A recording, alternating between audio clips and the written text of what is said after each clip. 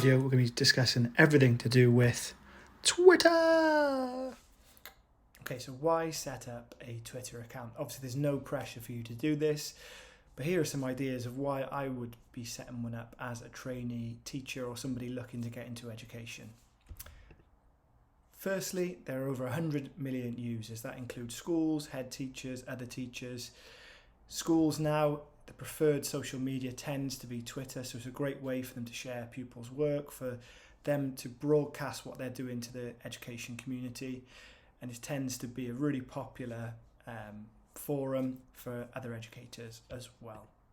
If your memory is anything like mine, I can't remember what I did last week, let alone 3 years ago.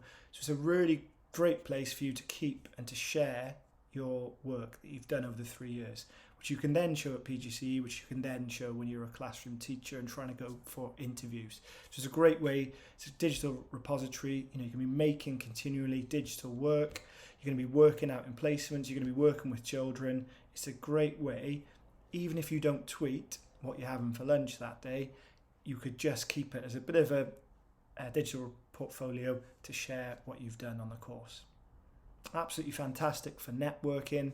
You'd be really surprised how quickly your networks can build. We have so many guest speakers, different lecturers. We'd have different schools coming in. You'll be going out into placements. You'll be working with different children, different schools throughout the 3 years. So it's a brilliant way to try and keep hold of that network. And networking, as you know, is so important when you start to look for a job. I don't know why students don't use Twitter a lot more to help with their assessment, especially for their dissertation. In terms of dissertation, you could help to track down certain samples. You could even just use the search function and just start to look for essay titles or essay topics. Really, really helpful for that. Also for resources, I continually go onto Twitter to spark creativity, to have a look at what is going on in other classrooms to help with my own teaching. Definitely I use this a lot for keeping informed. Education is continually moving, especially in Wales, which is going through huge reforms at the moment. So use it to keep informed. 280 characters, you can quickly be informed about what's happening in education. Finally, it's a great way to embrace new ideas. Again, education's continuously about creativity, thinking about new things, trying to make things more fun and engaging. So I use Twitter a lot to try and spark that creativity. So you're going to set up a Twitter account. Okay, so first thing you need is an email to set up, so just the same as you would with any social media. So you're going to set up your account. So your account's going to look something like this. You're going to need a picture and you need a cover photo, again, like you have with most social media. You don't have to choose any cheesy ones like I have. Think though this is a professional platform, so you want to think about having an appropriate picture. It could be anything. It could be you in a school. It could be you working with children. It could be you finding yourself on a beach.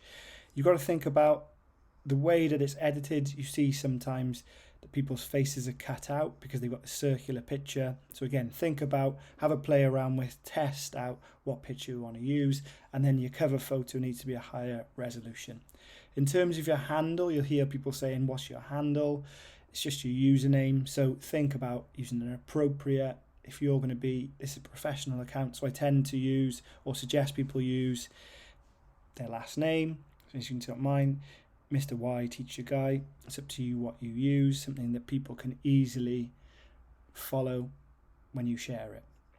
You're going to need a bio, so really important that you share a little bit about yourself. So you could share that you're an undergraduate student, that you want to become a teacher in Wales, for example. You can put where you are, so this is really helpful when you're trying to build your networks. You might be starting to search for people in Wales. You don't have to put where you're from. And if you've got any links to anything that you're interested in, so it might be that you're really interested in health and well-being. It could be that you're really interested in, I don't know, augmented reality, for example. You may have, and I've seen a lot of this recently on Twitter, a lot of teachers have now started to set up digital repositories or a digital portfolio using things like Adobe Creative Cloud, and they put their link there. So you've got like a one-stop shop for all your work. You've got all your media on the right-hand side. quite nice. You've got things you might like based on the tweets that you've been doing. There's a basic overview of what's been happening in the world, so you can get a quick overview of what's happening in the world. Good old Richard Madeley there is trending in the UK, so that's what 6,000 people are tweeting about today.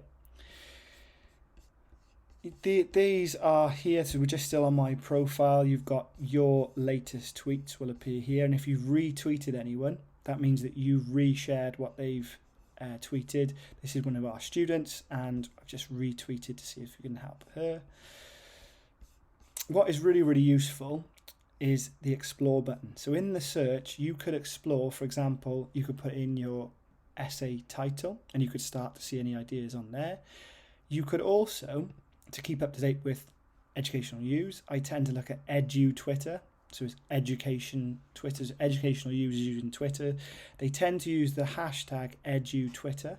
So people tend to ask, or teachers tend to ask questions to the community. Have a look through at Edu Twitter. And there are also, there's Edu Twitter, there's also Student Edu Twitter, so you can start to speak to other students from other institutions and start to build those networks. So start to use that explore button, have a look at latest. You can search for people, search for photos, and search for videos. So this is really useful, especially when you're trying to build ideas for your dissertation.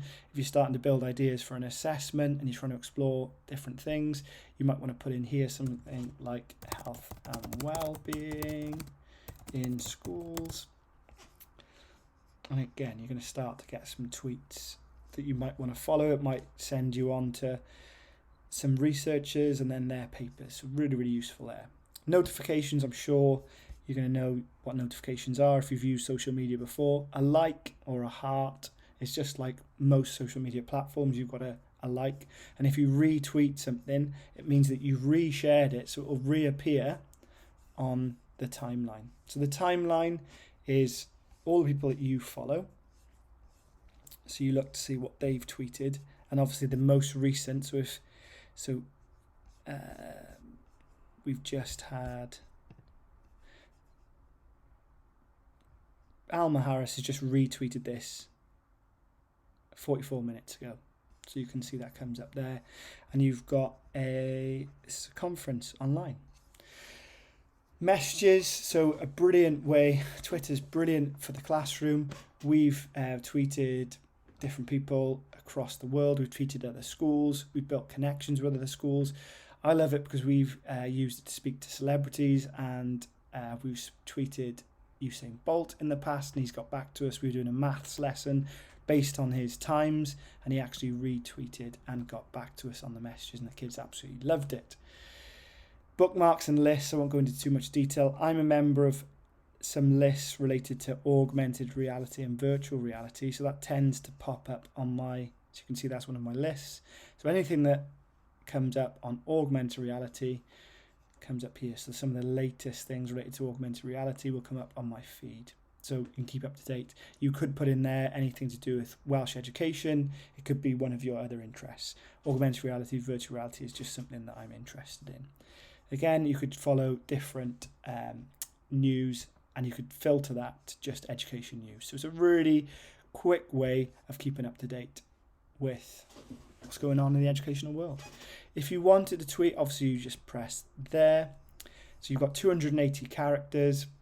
You can include a picture, you can include a GIF, you could include a poll. So you might want to ask people something, their opinion on something. You can use emojis. You can also schedule something if you're trying to book a meeting, or you could tag a location. You may not want to do any of this and just simply go on to who I'm following, and then you might want to start to have a look at Oracy in Education, for example, Wales Council for Outdoor Learning, Curriculum Wales, all these different people. Have a look at who I'm following, have a look at who the other staff are following on the course. So there's Jen there, you could follow Jen, have a look at who she's following, and then you'll soon see that you start to follow people, they'll start to follow you back. So you'll have your followers. So hopefully it's not just your nan that's following you on there. So yeah, it's going to take a bit of time, but you'll get used to it. The more that you use it, the more that you'll get used to it. And again, you don't have to tweet about what you're having for your dinner every day. It could be that you just use the timeline of the people that you follow to try and build up those creative new ideas, to see different resources, to search for different resources. I think it's absolutely brilliant. Anyway, have a go. Any questions, we can look. So that's it. The how and why of educational Twitter. I've included some useful links in the comments. Check out our other videos on PES TV Cardiff Met that will be useful for your studies at university.